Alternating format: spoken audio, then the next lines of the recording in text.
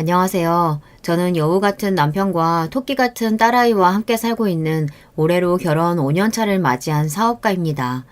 세상이 많이 바뀌기는 했다지만 여자가 사업을 한다고 하면 아직도 좀 우습게 보고 얕잡아 보는 사람들이 제법 있어요. 대찬 성격만 믿고 살아온 저는 평생을 그러한 편견에 당차게 맞서며 살아왔습니다. 오늘은 결혼을 준비하면서 겪었던 저에 대한 편견을 이겨냈던 자랑스러운 이야기를 여러분께도 들려드리고 싶네요. 저는 할머니 손에서 자랐습니다. 제게 얼마 남지 않은 제 친부모님에 대한 기억은 썩 아름답지는 않아요. 어린 제 기억 속의 아버지는 늘 술에 취해 계셨고 그런 아버지와 어머니가 항상 다투셨던 모습이 기억납니다. 결국 제가 채 10살이 되기도 전에 어머니는 아버지와 저를 두고 집을 나가셨어요. 그리고는 지금껏 소식이 끊어졌습니다. 어머니가 집을 나가신 지 얼마 되지 않았던 어느 겨울날 아버지께선 술에 취한 채로 혼자 주정을 부리시다가 낙상사고를 당하셨습니다. 꼬박 이틀을 중환자실에서 버티시던 아버지는 결국 자리에서 일어나지 못하고 돌아가셨습니다. 그렇게 저는 고아가 되었어요. 아버지가 돌아가신 후 저는 친할머니 손에 맡겨지게 되었습니다. 할머니는 그리 살가운 분은 아니셨습니다. 괄괄하고 지기 싫어하는 성격 탓에 주위 이웃분들과 갈등을 겪는 일도 잦은 편이셨어요. 그렇지만 자식들 누구의 손도 벌리지 않고 쉬지 않고 부업이며 소일거리로 끊임없이 바쁘게 손을 놀리며 저를 키워주신 생활력 강하신 분이었습니다. 저 역시 자식에게 제대로 된 일을 하는 모습을 한 번도 보여준 적 없었던 술주정뱅이 아버지보다는 정이 없지만 당당하고 생활력 강한 할머니와 함께 사는 편이 훨씬 좋았습니다. 자라면서 용돈은 넉넉지 않았지만 필요한 것들은 늘 군말 없이 준비해 주셨고 다정한 말은 해주시지 않으셨지만 그렇다고 군 식구인 저를 구박하는 말씀 또한 하신 적이 없으셨거든요. 그런 할머니의 모습을 보고 배우면서 저도 얼른 커서 제 스스로 돈을 벌고 싶다는 생각을 늘 했던 것 같아요. 저는 또래 친구들에 비해 제 진로를 빨리 잡은 편이었어요. 애초에 저한테 그다지 공부머리가 없는 것 같았습니다. 성적이 그렇게 좋았던 적도 없지만 딱히 공부를 잘하고 싶다는 생각이 들지도 않았습니다. 할머니께서도 제 성적에 그렇게 크게 관심을 두지 않으셨기 때문에 공부와는 자연스레 거리를 두게 되었어요. 제 적성은 베이커리 쪽이었어요. 할머니 집에서는 잘 먹기 힘든 갖가지 색색의 화려한 케이크와 빵들은 늘 제 두 눈을 번쩍 뜨이게 했습니다. 처음에는 그저 맛있는 디저트를 많이 먹고 싶어서 중학생이 되자마자 인근의 베이커리 카페에서 아르바이트를 시작하게 되었습니다. 제가 알바를 했던 베이커리 카페는 제가 자란 소도시에서는 제법 규모가 큰 편이에요. 하루에 만드는 베이커리의 가짓수도 제법 많은 편이었습니다. 처음엔 그저 먹는 게 좋았던 거였지만 제빵사 언니 오빠들의 손에서 다양한 베이커리들이 만들어지는 모습은 마치 마법과도 같았습니다. 제 인생에 공부에 취미를 둘 순간은 영원히 없을 것만 같았는데 관심이 가는 분야는 역시 달라도 다르더군요. 누가 시키지 않았는데도 더 알고 싶은 마음에 제빵사 언니들한테 귀동냥을 들어가며 제과 제빵사 시험 교재를 고르고 학교 수업 시간에도 몰래 책 사이에 베이커리 교본을 끼워보며 꿈을 키워나갔습니다. 당연히 고등학교 진학도 실업계 요리 전문학교로 가닥을 지었어요. 다소 공부를 못하는 친구들도 어지간해선 인문계 고등학교에 진학했던 저희 학교에선 이례적인 일이었습니다. 지금도 약간의 편견이 남아있지만 제가 진학할 때까지만 해도 실업계는 인문계 못 가는 애들이나 가는 곳이라는 편견이 굉장히 강할 때였어요. 저의 실업계 진학 소식에 뒤에서 제 똥통학교 간다더라며 밉살맞게 말하는 애들도 제법 되었지만 저는 콧방귀를 뀌었습니다. 니들 집에서 부모님이 주신 돈 받아가며 학교 다닐 때 나는 내 미래 계획 확실히 세우고 직접 용돈 벌어가며 착착 앞으로 나아가고 있어. 저는 스스로에 대한 자부감에 가득 차 생각했습니다. 평소에 워낙 낱말이라고는 들어먹질 않는 대찬 성격이기도 하고 사실 저런 애들이야 제 인생에 그저 스쳐 지나가는 엑스트라 1, 2 정도일 테니까요. 할머니께선 제가 실업계에 진학하겠다고 말씀을 드려도 별다른 반응이 없으셨어요. 간간히 그래도 애 고등학교까진 인문계로 보내놔야지 하며 훈수를 두는 이웃들에게 자기 인생이야 자기가 알아서 결정할 일이지 쓸데없는 참견들도 많다. 하며 시원하게 호통을 치셨습니다. 제 이 제멋대로인 성정은 할머니에게서 온 것이 틀림없다 생각하면서 저는 착실하게 제빵사로서의 미래를 준비했습니다. 고등학교에 진학하기 전 이미 딸 수 있는 관련 자격증은 모두 따두었고 아르바이트도 계속 병행했습니다. 처음 최저시급에서 시작해 제법 손이 야무지다는 걸 인정받은 후로는 시급도 짭짤하게 쳐주셨거든요. 고등학교에 진학해서부턴 나갈 수 있는 대회란 대회는 다 나가며 수상 경력을 쌓아나가기 시작했어요. 일찍부터 시작한 그간의 제 노력이 헛된 것은 아니었는지 제 나이에 비해 탄탄한 수상 경력을 만들 수 있게 되었습니다. 덕분에 졸업반에서 가장 빨리 가장 좋은 조건을 제시한 호텔 베이커리에 취업할 수 있었습니다. 제 졸업도 하기 전 19살에 시작된 첫 직장 생활은 만만치 않았어요. 하지만 일이 고된 만큼 배우는 것도 많았습니다. 정신없이 바쁘게 돌아가는 하루마다 현장에서 직접 몸으로 경험하며 얻은 제 나름대로의 노하우를 쌓아가며 역시 프로의 세계는 다르구나 실감했습니다. 바쁜 와중에 저만의 레시피 개발에도 노력을 게을리하지 않았습니다. 제 궁극적인 목표는 제 이름을 건 베이커리를 오픈하는 거였거든요.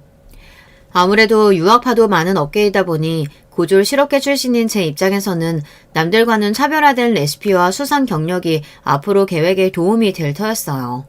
그래서 괜찮은 레시피는 국제대회에 출품하기도 하고 레시피 특허를 등록하기도 하는 등 그야말로 눈코 뜰 새 없이 열심히 살았습니다. 그러다 그렇게 바쁘게 살아가는 저를 좋게 봐주셨는지 업계 선배 한 분이 제게 함께 창업을 하지 않겠냐고 먼저 제안을 해주셨어요. 선배가 구상한 베이커리 카페는 일반적으로 흔하게 접할 수 있는 베이커리류보다는 좀 더 실험적인 베이커리를 테마로 마니아 손님을 확보하는 것을 목표로 했습니다. 평소 레시피 개발에 주력인 저에게는 그야말로 딱인 컨셉이었어요. 하지만 창업에 한두 푼이 드는 것도 아닌데 아무리 이런저런 지원을 받는다 치더라도 꼬박꼬박 월급 나오는 직장을 때려치우고 쉽게 결정할 수 있는 사안은 아니었어요. 많지는 않더라도 보태줄 수 있을 만큼 보태줄 테니까 어디 하고 싶은 대로 한번 해봐라. 지나가듯 흘린 창업 이야기를 생각보다 진지하게 귀담아 들으셨던 모양인지 어느 날 함께 마주 앉아 저녁을 먹다 할머니가 대수롭지 않게 툭 말씀을 던지셨습니다. 할머니 입에서 도와주겠다는 말이 나오리라고는 생각조차 해본 적 없었던 저는 놀라서 입을 쩍 벌렸죠. 할머니가 그럴 돈이 어디 있어? 그러니까 많진 않다잖아. 그래도 내 살 날 얼마나 남았다고 가진 돈 싸들고 죽을 것도 아니고. 그간 너 학교 다니면서 스스로 벌어 다녔는데 이 정도는 해주고 싶다. 답지 않게 따스한 말씀을 하시는 할머니의 모습이 낯설기도 하고 그러면서도 나한테 아예 정이 없는 건 아니셨나 싶어 콧잔등이 시큰해졌습니다. 그러면서 반드시 창업에 성공해 소녀딸 번듯이 잘나가는 모습을 보게 해드리겠다 다부지게 마음을 먹었습니다. 그렇게 저는 24, 70 나이에 청년 사업가가 되었습니다. 비록 동업이긴 하지만 사업자 명의에 당당하게 오른 제 이름을 보며 가슴속이 뿌듯하게 차오르는 기분이었어요.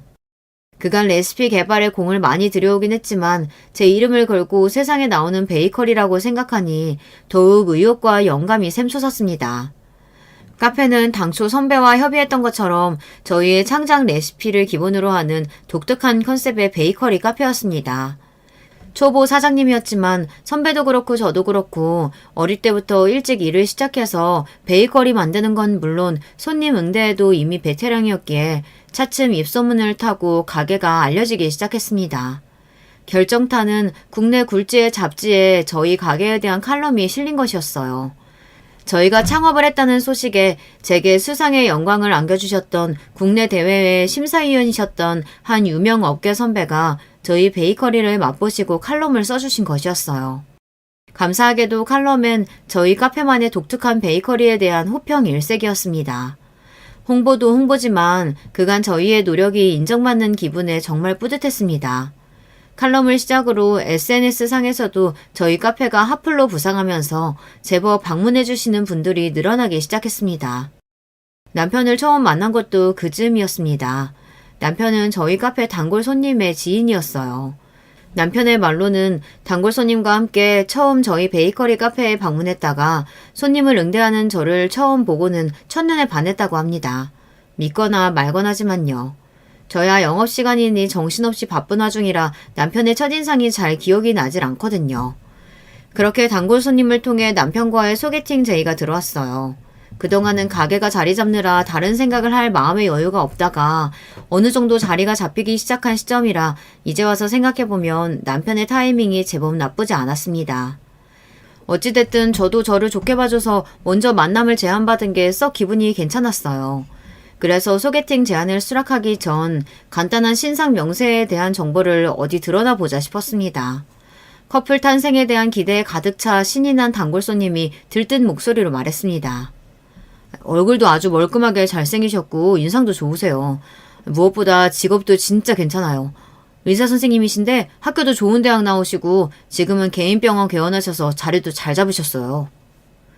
잘생겼다는 말에 흠쩍하게 고개를 끄덕이던 제가 의사라는 단어를 듣고 멈칫하자 단골 손님의 반응이 의아해 보였습니다. 제 딴에는 제게 더 좋은 인상을 주려고 좋은 직업을 내세운 걸 텐데 제 반응이 영 마뜩찮아 보였을 테니까요. 의사 선생님이시고 학벌도 좋으시면 더 괜찮은 상대도 만나실 수 있으실 텐데요. 제가 담담히 말하자 오히려 손님이 당황한 것 같았어요. 그렇지만 좋은 학교와 의사라는 말에 다소 반응이 식었던 게 사실이었어요. 그간 제 번듯한 사업장과 탄탄하게 쌓은 경력에 제게 호감을 보이던 사람들도 실업계 고졸이라는 제 학벌만 듣고 눈빛이 바뀌는 경우를 수도 없이 겪어왔으니까요. 제 입장에서 별 볼 것 없는 고만고만했던 사람들도 단지 인문계 졸업했다는 것만으로 은연중에 자신이 저보다 우위라는 티를 내지 못해 안 달랐던 꼴도 심심찮게 보아왔습니다. 하물며 의사는 고학력자잖아요. 뭐 사람이야 다 같은 건 아니라고 해도 비슷한 환경에 있는 사람들끼리 만나는 게 제일이라는 게 제 지론이었어요. 굳이 지금의 제 생활에 만족하고 있는데 언짢아질지도 모를 일을 불어 만들고 싶은 생각은 없었습니다. 그런 분 절대 아니에요. 직접 만나보시면 진짜 좋은 분이라는 거 분명히 느끼실 거예요. 화들짝 놀란 단골 손님이 마치 제일인 양 남편을 감싸기 시작했습니다. 여전히 마뜩찮은 기분이었지만 제가 책임질 테니 일단 한번 만나나 보시라며 밀어붙이는 단골 손님의 기세에 결국 소개팅 제안을 수락했습니다. 그렇게 처음 만난 남편은 잔뜩 긴장을 하고 나온 모습이었어요. 주선자의 말처럼 잘생긴 사람은 아니었지만 남편은 호감상이긴 했습니다. 무엇보다 잔뜩 얼어 긴장한 모습이 조금 우습기도 귀여워 보이기도 했습니다. 나쁘지 않은 첫인상에 마음이 조금 풀어지긴 했지만 짚고 넘어갈 건 확실히 짚고 넘어가야겠다 싶었어요. 이건 미리 확실하게 말씀을 드려야 할 것 같아서요. 저 대학 안 나왔어요. 고등학교도 실업계 가서 요리학교 졸업했고요. 대뜸 제가 학력부터 까자 남편은 영문을 모르겠다는 표정이었습니다. 안 물어봐서 따로 얘기 안 한 건데 나중 돼서 왜 미리 얘기 안 했느냐, 그랬으면 시간 낭비 안 했다면서 화내는 분들도 계시더라고요. 그제야 제가 학력 이야기를 꺼낸 의도를 알아챘는지 남편의 얼굴이 당황함에 빨갛게 물들었습니다. 그런 건 상관없습니다. 처음부터 신경 쓴 적도 없어요. 조금 속상하게까지 느껴지는 남편의 기세에 저도 분위기를 무마하기 위해 말을 이었습니다. 무례하게 느끼셨다면 죄송해요. 그래도 미리 전해 듣기론 공부도 많이 하신 분인 것 같은데 사람이 본인보다 더 나은 것까지는 아니어도 비슷한 수준까지는 갖춘 사람을 선호하는 게 당연하잖아요. 그런 뜻으로 드린 말씀이었는데 기분 상하게 해드릴 의도는 전혀 아니었어요. 제 말을 듣고 제 행동이 이해가 된 건지 남편의 흥분도 차츰 가라앉았습니다. 왜 그렇게 말씀을 하신 건지 이해는 합니다.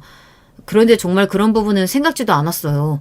알게 된 지금도 문제될 부분이 아니라고 생각합니다.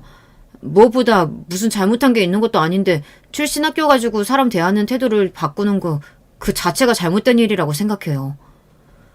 다소 고지식하게까지 느껴질 정도로 대쪽같이 구는 남편을 보니 괜히 내가 지레짐작으로 자격지심을 부린 건가 조금 머쓱하기도 하고 처음 만난 사람에게 저 역시 선입견을 가지고 대했다는 생각에 미안한 마음이 들기도 했습니다.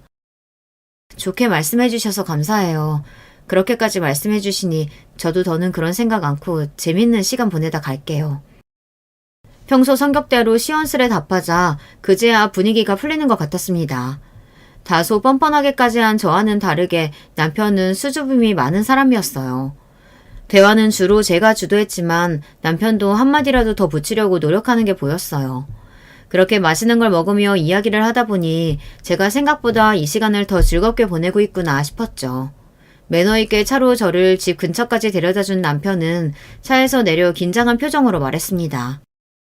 혹시 기회가 있다면 다시 뵐 수 있을까요? 저도 남편을 다시 한번 만나보고 싶었습니다. 그래서 활짝 웃으며 말했죠. 네, 좋아요. 거침없이 감정이 드러나는 제 모습에 남편의 얼굴이 환해졌습니다. 그렇게 저희는 연애를 시작하게 되었죠. 비록 남편은 개원의로 저는 한창 궤도에 오른 베이커리 카페 사업으로 서로 눈코 뜰 새 없이 바쁜 시간을 보냈지만 그 와중에도 시간을 쪼개어 틈만 나면 얼굴을 보려고 노력했어요. 처음 가벼운 호감으로 시작되었던 마음도 늘 다정하고 마음 씀씀이가 넓은 남편에게 알게 모르게 많은 위로를 받으며 나날이 깊어져만 갔습니다. 일에서도 사랑에서도 안정감을 찾는 제 모습을 보며 할머니께서도 내심 흡족해 하셨습니다. 남편은 할머니와 단둘이 사는 제 사정을 알고는 저뿐만 아니라 저희 할머니께도 마음을 많이 써주었어요. 카페에 나가 있느라 제가 집에 없는 주말에도 과일을 사들고 혼자 저희 할머니를 찾아가기도 하고 그런 일은 평생 접해본 적도 없을 사람이 할머니의 부업 일거리를 거들겠다며 어설픈 손놀림으로 할머니를 돕기도 했습니다. 그렇게 숫기 없는 사람이 괄괄한 할머니께 살갑게 굴기가 쉽지 않을 텐데 그게 다 저에 대한 애정에서 비롯된 노력이라는 생각에 남편이 더욱 애틋하게 느껴졌습니다. 그리 엉망으로 할 거면 내려놓으라고 타박하시면서도 제게 지극정성인 남편이 할머니도 마음에 드신 눈치였어요. 연애 기간이 이어지면서 남편은 넌지시 결혼 의사를 비치기도 했지만 저는 아직은 그럴 마음이 들지 않았습니다. 물론 누군가와 결혼을 한다면 주저없이 남편을 택할 정도로 마음은 확고했지만 저는 20대에 결혼할 생각은 없었어요. 베이커리 카페가 안정적인 궤도에 올라서긴 했지만 궁극적으로는 독립해서 단독 창업을 하고 싶은 마음도 있었고 아직 해보고 싶은 게 너무나도 많았습니다. 살짝 아쉬운 기색이긴 했지만 제 일에 대한 열정을 누구보다 잘 이해하는 남편답게 그런 제 뜻을 응원해 주었습니다. 그날도 평소와 다름없이 정신없이 바쁜 하늘을 보내며 손님을 맞이하고 있었어요. 창가 쪽 자리를 차지한 여자 손님 두 분이 한참을 제 쪽을 바라보며 숙덕대시더군요. 지금까지 일하면서 별의별 사람들을 다 겪어본 터라 처음엔 그냥 그러려니 잡지나 SNS에서 나를 본 적이 있는가 보다 하며 이내 다른 손님들께 응대했습니다. 그렇게 한참을 바쁘게 일하고 몇 시간이 지났을까 무심코 창 쪽을 들여다보니 아까의 그 손님들이 여전히 자리를 지키고 계시더라고요. 저희 카페는 다른 베이커리 카페들과는 달리 식사 메뉴에 주력을 하기보단 베이커리에만 집중하고 있어 포장 손님이 꽤 많은 편이었는데요. SNS용으로 매장에서 드시고 가는 분들도 메뉴 특성상 몇 시간씩 카페에 머무는 경우가 그렇게 많지는 않은 편입니다. 그래서 다른 손님들보다 오래 머무시는 그 두 분들이 눈에 띄지 않기가 더 힘들었어요. 그런 분들에겐 손님 관리 차원에서 한 번이라도 더 응대를 해드리려고 하는 편입니다. 저는 웃는 낯으로 두 손님들에게 다가갔습니다. 안녕하세요. 베이커리는 마음에 드세요? 손님 두 분은 바로 대답하지 않고 저를 위아래로 쓱 훑어보더니 자기들끼리 시선을 주고받았습니다. 나한테 관심이 있어서가 아니라 그냥 진상 타입이신 건가 혹시 귀찮은 일이 생긴 건가 싶었지만 짐짓 더 밝은 표정을 유지하고 있을 때 손님께서 물으셨어요. 이런 가게는 매출이 얼마나 돼요? 아, 이런 곤란한 돌직구라니. 초면에 무례하기 짝이 없는 질문이긴 하나 사실 이런 손님들이 영 없는 편도 아니었기에 웃으며 자연스럽게 질문을 넘겼습니다. 아, 창업에 관심이 많으신가 봐요. 혹시 베이커리 전공하셨나요? 무슨 빵가게 전국식이나. 작은 소리로 중얼거렸지만 저 기분 상하라고 하는 의도만큼은 제대로 전해졌습니다. 적당히 응대해 보내야겠다 마음먹으며 대화를 마무리 지었습니다. 저희 베이커리 메뉴들은 저희가 직접 고심해서 만든 창작 레시피예요. 여기까지 직접 와주셔서 감사하고 앞으로도 자주 찾아주시면 감사하겠습니다. 사회생활 10년차 짬밥에 저 정도 시비야 이젠 기분 상할 수준도 안 되었습니다. 더 신경을 기울일 새도 없이 손님들이 들어오시는 걸 보며 그날도 바쁘게 하루를 마무리했습니다. 영업 마감 시간에 저를 집으로 데려다 주겠다며 찾아온 남편과 그날 하루의 일과를 도란도란 이야기하다 오늘의 진상 손님에 대해 스치듯 언급했습니다. 사실 영업을 하다 보면 의뢰이 있는 일이다 보니 그냥 한번 웃고 넘어가자 싶어 한 말이었는데 뭔가 꺼림칙한 이야기를 들었다는 남편의 표정에 대번 물었어요. 자기 왜 그래? 아니야. 그냥 별 사람 다 있다 싶어서. 조금 의아했으나 틀린 말도 아니라 생각하며 넘겼습니다. 그렇게 잊혀져 가던 그 두 손님에 대한 화제가 다시 떠오른 건 그로부터 이틀 뒤의 일이었죠. 이걸 자기한테 이야기하는 게 맞나 생각했는데 그래도 당사자 모르게 두는 건 아니다 싶어. 얼마 전 남편의 부모님을 통해 남편에게 선자리가 들어왔다고 합니다. 뭐 그럴 수 있는 일이죠. 딱히 남편이 결혼할 여자라고 데려오는 사람도 없는 데다 직업은 좀 좋나요. 본인이 별 생각이 없어도 선자리를 주선하려는 주변 사람들이 얼마나 많았을지 짐작이 가지 않는 건 아니었습니다. 이번에도 단칼에 선자리를 거절하는 남편이 답답하셨는지 부모님께서 평소보다 끈질기게 선자리에 나설 것을 종용하셨다고 합니다. 무작정 거절만 하기엔 설득력이 부족하다 판단한 남편은 결국 구체적으로 결혼 이야기가 나온 것은 아니지만 결혼하고 싶은 마음이 드는 여자친구가 있다고 실토하고 말았습니다. 숫기 없는 남편의 연애 소식에 부모님 댁은 축제 분위기가 되었습니다. 문제는 그날부터 여자친구 데려오라는 닥달이 시작되었다는 겁니다. 모르셨으면 몰라도 저의 존재를 알게 되셨는데 부모님 입장에서는 제가 얼마나 궁금하셨겠어요. 하지만 예전에 결혼에 대한 주제가 화두에 올랐을 때 이미 제가 결혼에 대한 입장을 분명하게 밝힌 바가 있었기에 남편은 아직은 때가 아니라며 거절 의사를 확실히 했다고 합니다. 상황이 어떤지는 알겠어. 근데 그게 그 손님들하고 무슨 상황인데? 그 두 분, 내 형수님들이셔. 한숨을 푹 쉬며 말하는 남편의 말에 순간 사고가 정지했습니다. 그럼 그날 정말 우리 가게가 목적이 아니라 나를 보러 온 게 맞구나. 그러면서 서로의 첫인상이 썩 좋지 않다는 걸 떠올리자 괜히 마음이 찝찝해졌습니다. 나 궁금해하셔서 자기가 우리 카페 알려드린 거야? 그럴 리가 있겠어. 저와 상의도 없이 일방적으로 이런 일을 만들 사람이 아니긴 했습니다. 남편 부모님들께선 궁금하셨겠지만 성정이 꼭 남편과 같으셔서 남편이 허락하지 않는 일은 독단적으로 진행하지 않으셨다고 합니다.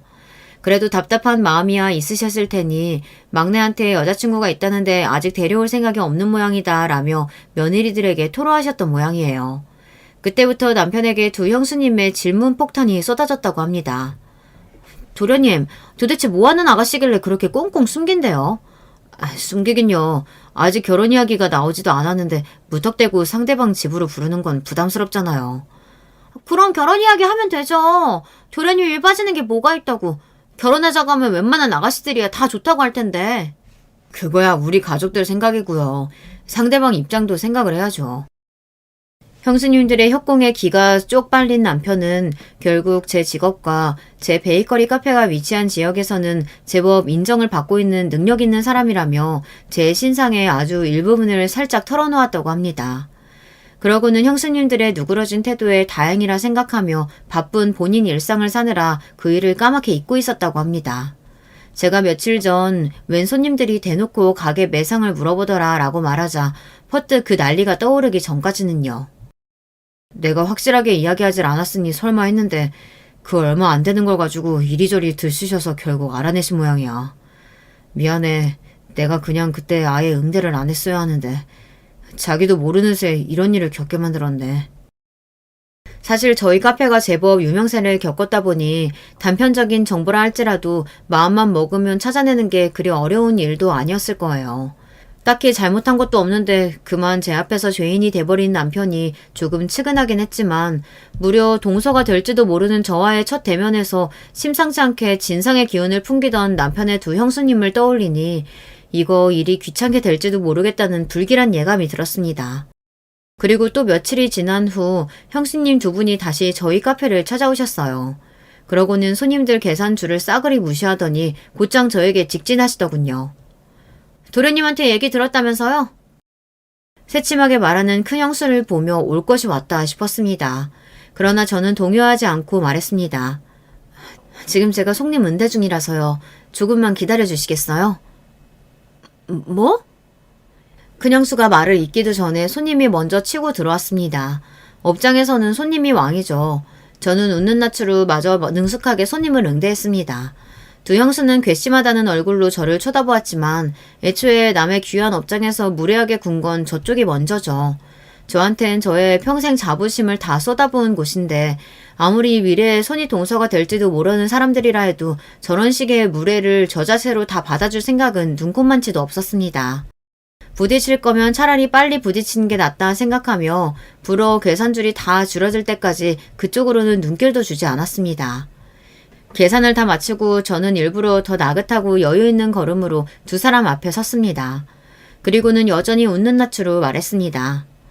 제가 지금 일하는 중이라 길게 시간을 빼드리지 못할 것 같아요. 약속 없이 일하는 곳으로 찾아오신 거니 이해하시죠?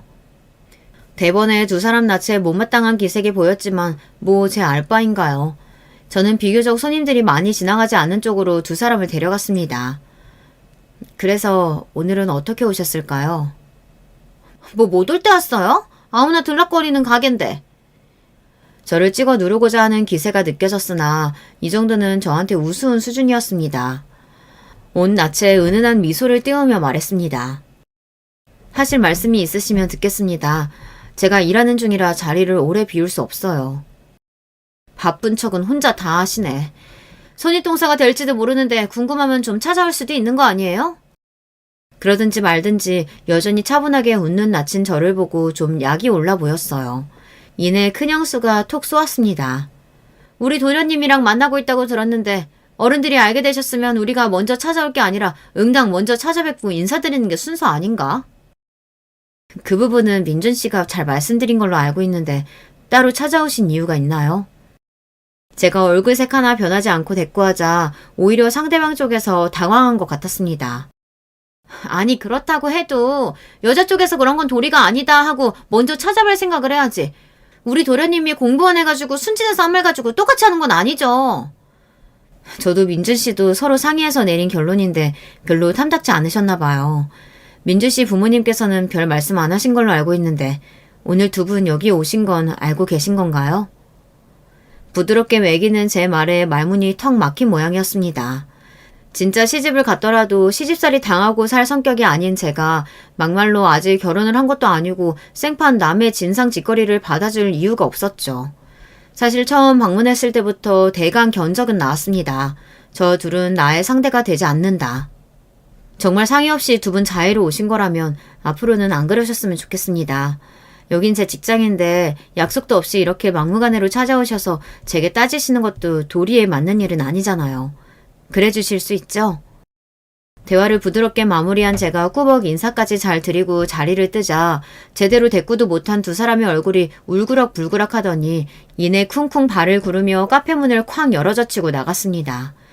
할 말은 제대로 못하고 문에 분풀이하는 모습이 영락없이 하수의 것이었어요. 소식을 전해들은 남편은 제 앞에서 그야말로 석고대죄를 했습니다. 늘 그렇듯 제게 쩔쩔매는 모습이 안쓰럽고 귀엽기도 하고 조금 웃음이 나기도 했지만 단호하게 맺고 끊는 일에 약한 남편의 성정을 생각할 때 이 정도는 해둬야 앞으로 비슷한 문제가 생기더라도 입장 정리를 분명하게 하리라는 계산도 있었습니다. 저는 짐짓 근엄한 말투로 남편에게 선언하듯 말했습니다. 아직 구체적으로 계획된 것도 없긴 하지만 난 자기랑 결혼하게 된다고 하더라도 시댁이라고 무수리처럼 납작 엎드리고 살진 않을 거야. 결혼은 당사자 간에 서로 지지해주고 힘이 되어줄 수 있는 사람들끼리 하는 거지. 나 결혼했다고 당신이랑 당신 식구들이 내 상전이 되는 건 아니잖아. 그렇게 사는 게 결혼이라면 난 평생 결혼할 생각 없어. 무술이라니 내가 받들어 모시고 살아도 모자란데. 남편은 제 형서들에게 당한 수모로 행여나 제가 남편에게 정이라도 떨어지진 않을까 전전긍긍하는 모습이었습니다.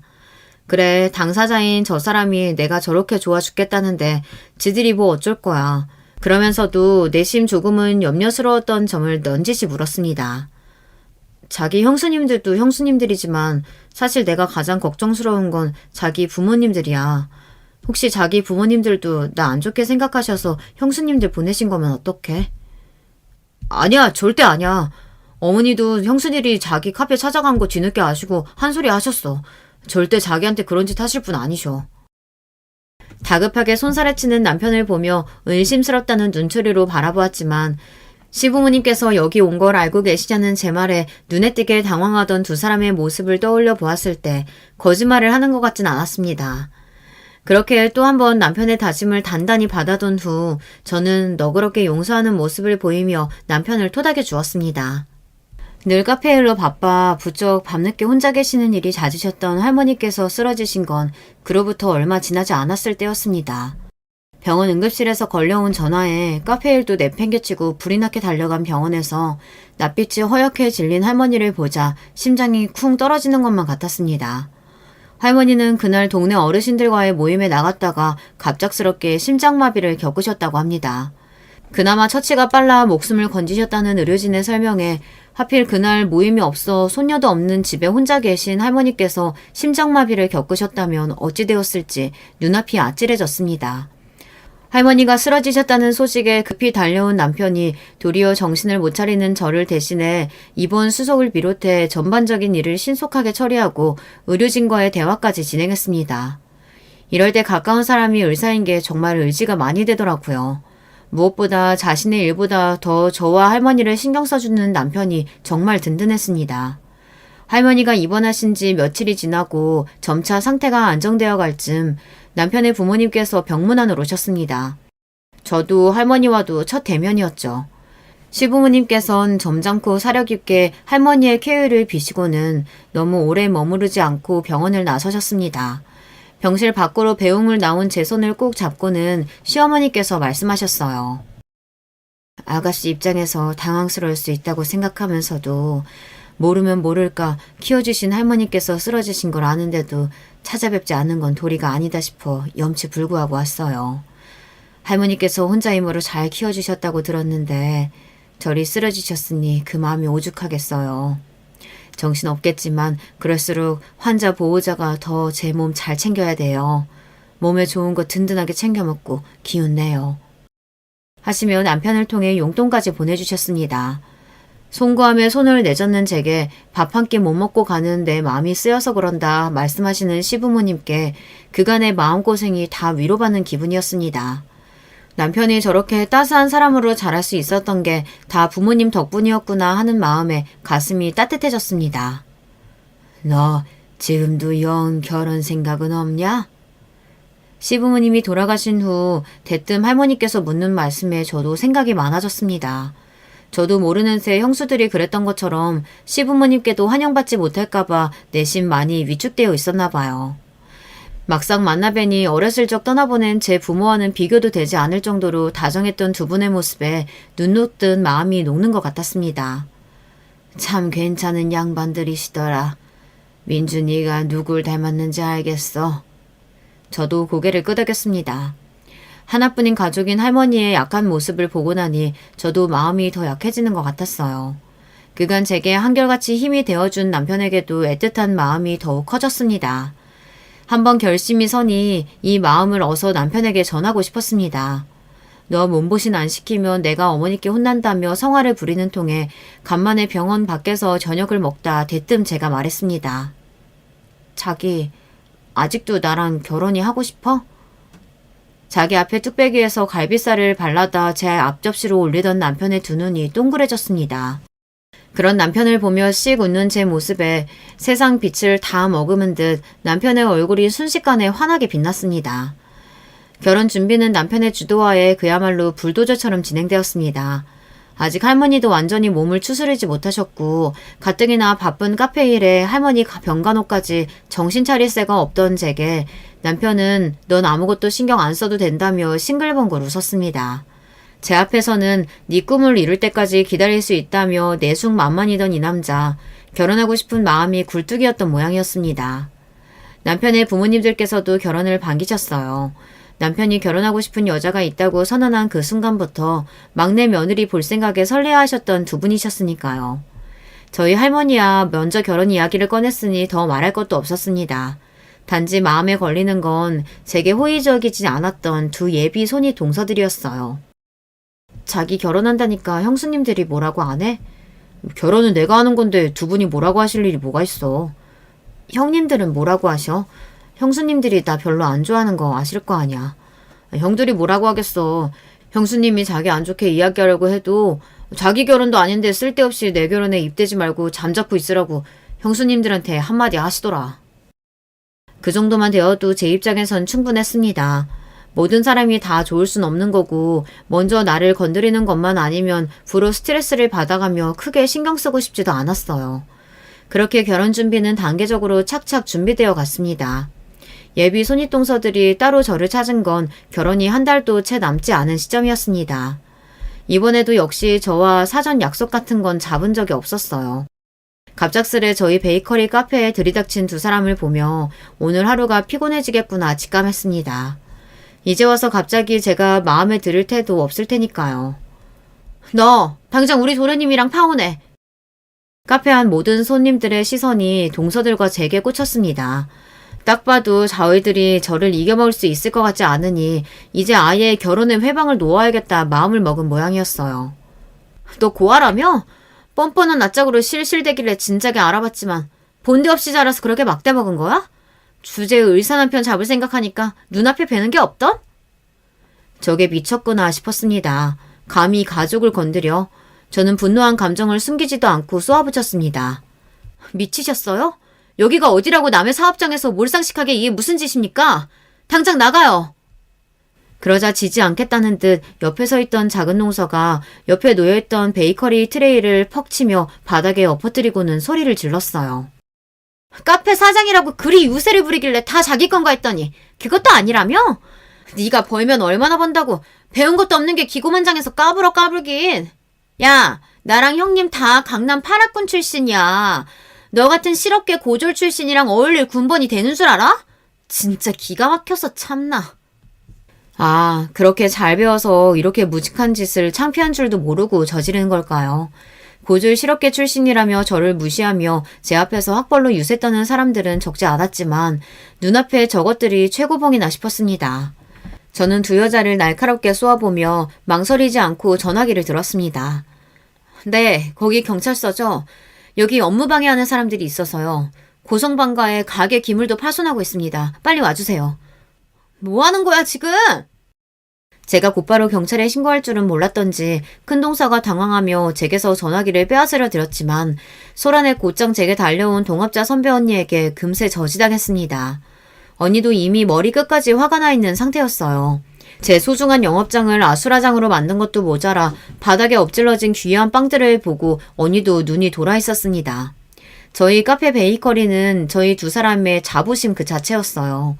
저도 언니도 차라리 저희가 다치면 몰라도 이런 모욕을 참을 사람들이 아니었습니다. 상황이 이렇게까지 커질 줄은 짐작하지 못했던 두 동서들은 웅성대며 쏟아대는 시선들이 늘어가자 식은땀을 흘리기 시작했습니다. 오냐, 너희 오늘 한번 인생의 쓴맛을 보게 해주마. 다부지게 마음먹은 저는 절대 봐주지 마라 소리치는 선배 언니의 응원을 뒤로하고 곧 도착한 경찰들과 함께 동서들과 경찰서로 향했습니다. 공권력의 힘까지 보게 되자 이제 동서들은 거의 울 지경이었습니다. 그 와중에도 제게 굽히기는 싫었는지 제가 아니라 연신 경찰들에게 사과를 하며 선처를 호소했어요. 그러길래 이기지도 못할 걸 건드리긴 왜 건드려 속으로 욕을 하고 있는데 남편이 경찰서 안으로 급히 뛰어들어왔습니다. 어떻게 알고 왔어? 저희가 카페를 나서자마자 언니가 남편에게 곧장 연락을 한 모양입니다. 답지 않게 흥분해서 시뻘개진 얼굴로 남편이 소리쳤습니다. 제가 그렇게 알아듣게 말씀을 드렸는데 어떻게 이러실 수가 있어요? 이 사람이나 저는 물론이고 저희 부모님까지 무시하는 게 아니면 어떻게 이런 짓을 합니까?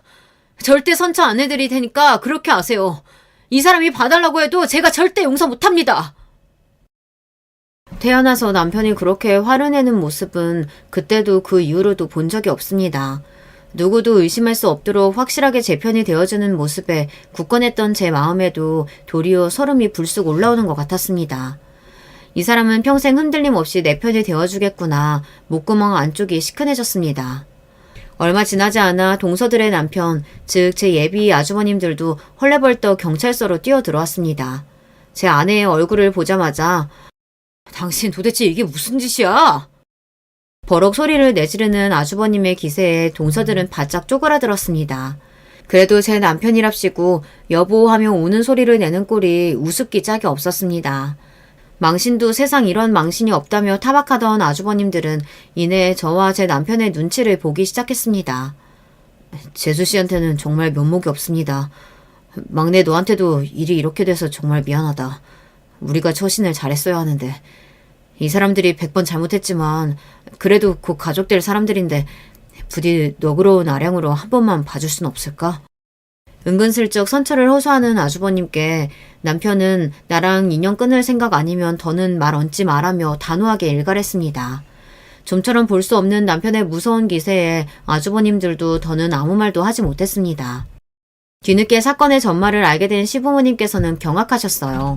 그야말로 제 앞에서 죄인이 되어버리셨죠. 자신들이 하신 일도 아닌데 예비 며느리 앞에서 몸둘 바를 몰라 하시는 부모님이 안쓰러워 보이기도 했습니다. 자신들이 덕이 부족해 이런 일을 겪게 했다는 시부모님의 숙인 허리를 일으켜드리며 일이 이렇게 된 건 저도 유감스럽다는 생각이 들었습니다. 처음에는 은근히 봐주길 바라는 눈치시던 아주버님들께서도 제 부인들 때문에 예비 며느리 앞에 죄인이 되어버린 부모님의 모습에 다시금 화가 치솟으셨는지 사과와 함께 저희 뜻대로 하라고 말씀하셨습니다. 결론적으로 저는 고소를 취하지 않았습니다. 가족이라서 봐줘야 하는 건 아니니까요. 애초에 저들은 저와 가족이 될 마음이 눈꼽만치도 없는걸요. 제가 일부러 그런 것도 아니고 자기들이 저지른 만큼은 제대로 벌을 받았으면 하는 마음이었습니다. 처벌은 확실했습니다. 목격자도 워낙 많았을 뿐더러 CCTV의 증거도 너무나 확실하게 남아있었으니까요. 젊은 여성 손님들이 많이 찾아주시는 저희 베이커리 카페 특성상 진상을 부려도 물리적인 위협보다는 언어폭력을 행사하는 진상의 비율이 높은 편이었어요. 때문에 처음에 설치비가 부담스럽긴 했지만 일부러 소리 녹음까지 선명하게 들어가는 고가의 CCTV를 설치해둔 덕분이었습니다. 아주버님들이 더 적극적으로 사정하지 못한 것도 그 때문일 거예요. 제 부인들의 추태가 CCTV 영상 안에 너무나 적나라하게 박제되어 있으니까요.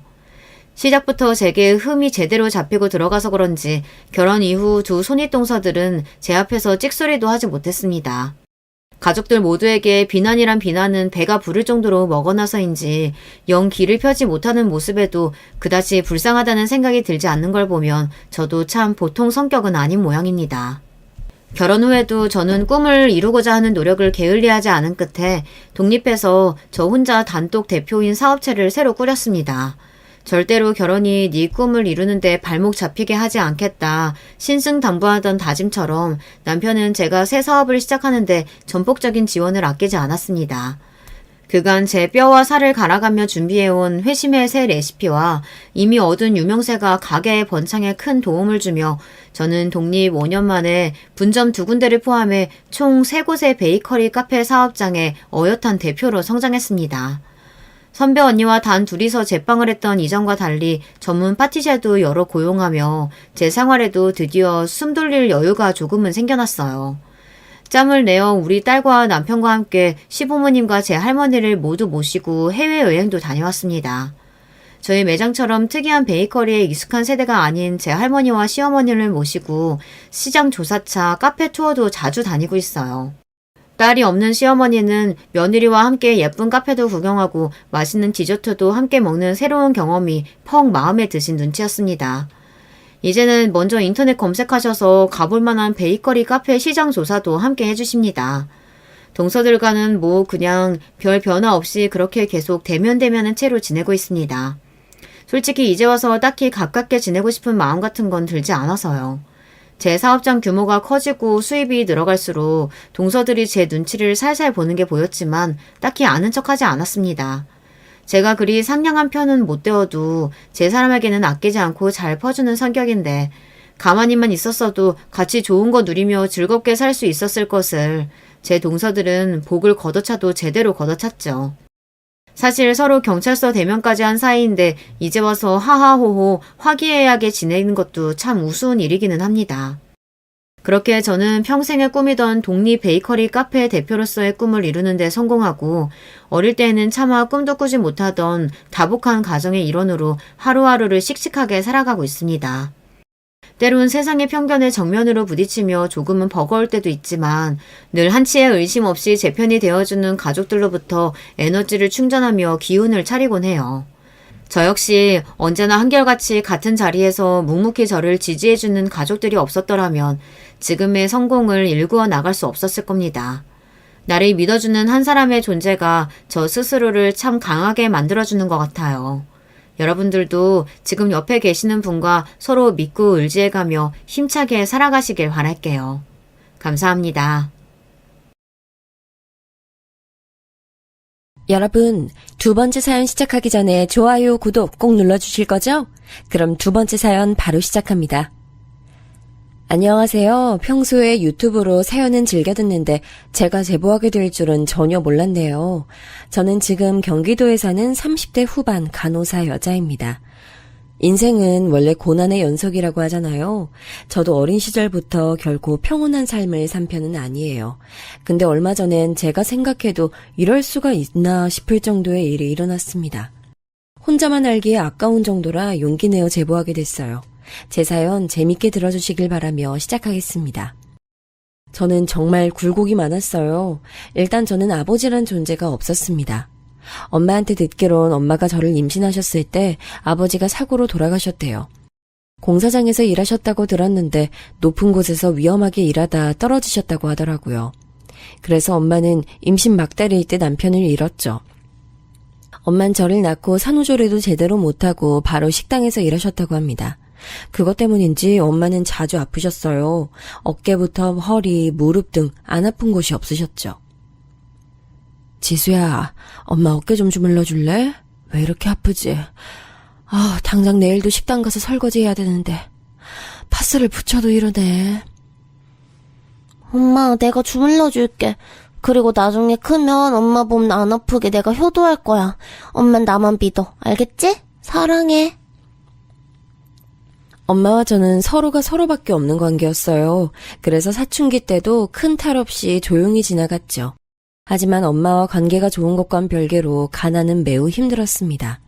너무 가난해서 우리 집은 심지어 제가 중학생 땐 화장실도 없었어요.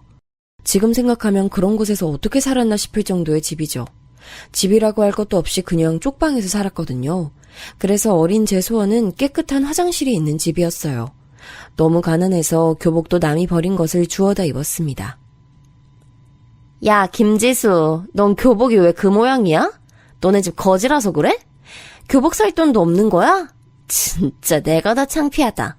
너네 엄마한테 교복 사달라고 그래. 돈 없어서 못 사나? 그래, 우리 집 가난해. 근데 우리 집이 가난해서 너한테 피해준 거 있어? 네가 뭔데 나한테 그래? 다시 말해봐. 다시 말해보라고. 너 지금 나 쳤냐? 쳤냐고. 이게 지금 나랑 해보자는 거야? 네가 먼저 시작했잖아. 우리 엄마랑 내가 가난한 게 뭐 어때서? 가난이 죄야? 그러면 돈이나 주고 동정해. 야, 너네 그만해. 반장, 빨리 선생님 불러. 어떡해. 야, 그만해. 가난이 창피하진 않았는데 친구들의 놀림은 견딜 수가 없었어요.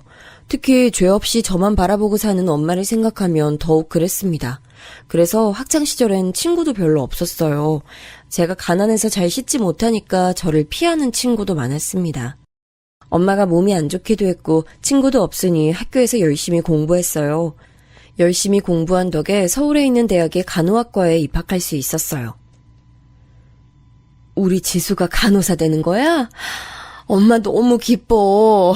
해준 것도 없는데 이렇게 잘 자라줘서 얼마나 기특한지 몰라. 엄마 이제 죽어도 여한이 없어. 엄마가 죽긴 왜 죽어? 내가 엄마 간호하려고 간호학과 간 거잖아. 엄마는 이제 나랑 평생 행복하게 살 일만 남았어. 하지만 가난은 현실이었습니다. 대학교 학자금은 생각보다 더 어마어마했어요. 중간에 휴학도 하고 공장에 들어가서 돈을 벌었습니다. 제가 대학생 때 엄마 몸은 이미 다 망가진 상태였거든요. 엄마는 몸을 써서 돈을 벌 수 있는 상태가 아니었습니다. 성인 될 때까지 엄마가 저를 키우셨으니 제가 갚을 차례였죠. 그래서 방학과 휴학 기간에 돈을 악착같이 벌었죠. 그걸로 등록금도 내고 엄마와 사는 생활비도 충당했고요. 그렇게 대학을 졸업했고 저는 마침내 간호사가 됐어요. 저는 학교 재단의 대학병원에서 일을 시작했습니다. 생각했던 것보다 더 힘들었어요. 하지만 그만둘 수 없었습니다. 직원 복지로 엄마의 진료도 쉽게 받을 수 있었고 돈도 많았으니까요. 워낙 바쁘게 사느라 저는 그때까지 연애도 해보지 못했어요. 지수가 엄마 때문에 돈만 버느라 연애도 못하고. 미안해서 어떡해. 너도 이제 남자 만나서 결혼해야 되는데 엄마가 너한테 짐만 되는 것 같다. 아니야. 엄만 나한테 절대 짐 아니야. 그리고 난 남자한테 관심 없어. 결혼은 무슨? 엄마랑 평생 이러고 살 거니까 그런 걱정하지 마. 실제로 저는 남자에게 관심이 없었어요. 친구도 없는데 무슨 연애를 하겠어요. 그런데 이런 저에게도 사랑이 찾아왔습니다. 안녕하세요, 김 간호사님. 혹시 아까 허리 안 좋다고 하셨던 환자분 못 보셨어요? 내일 수술이라 지금 할 말이 있어서요. 아, 그분 지금 잠깐 화장실 가신 것 같은데 잠시만요. 제가 금방 불러올게요. 일하며 마주쳤던 의사가 있었어요. 키도 크고 훤칠해서 잘생겼다고 생각했었죠. 하지만 그건 그 사람과 연애하고 싶은 마음은 아니었습니다. 그런데 그 의사는 어느 순간부터 저를 많이 찾아왔어요. 처음엔 굳이 왜 병동까지 와서 저러는지 궁금했는데 나중에 동료들이 알려줬습니다. 그 의사가 저를 짝사랑하고 있다 하더라고요. 처음 겪는 일이라 대수롭지 않게 넘겼습니다. 사실 별로 관심이 있지도 않았어요. 김 간호사님, 퇴근하세요. 제가 집까지 차로 모셔다 드릴까요? 저 차 있어서 제 차 타고 가시면 돼요. 저도 곧 퇴근하니까 5분만 병원 정문 앞에서 기다려주세요. 아니요, 괜찮아요. 저 버스 타고 가면 금방이라서요. 먼저 들어가겠습니다. 나중엔 노골적으로 마음을 표현하는 의사가 부담스러웠어요. 그래서 명백히 보이는 호의를 일부러 무시하곤 했습니다. 응급실에서 일하는 의사는 본인 일이 매우 바빴어요. 그런데도 시간을 내어 저를 보러 오고 맛있는 간식도 사다 줬습니다. 그러던 어느 날이었어요. 김간, 응급실에서 연락 왔는데? 자기 어머님 응급실에 계신가 봐. 얼른 내려가. 여긴 걱정하지 말고. 제가 일하던 어느 날 엄마가 허리를 삐끗하셔서 응급실에 오셨어요. 너무 놀라서 계단을 뛰어 1층에 있던 응급실로 뛰어갔습니다. 응급실에 갔더니 엄마는 누워 계셨어요. 엄마, 괜찮아? 이게 무슨 일이야? 어쩌다 이런 거야? 많이 아파? 어떡해. 나 진짜 너무 놀랐어.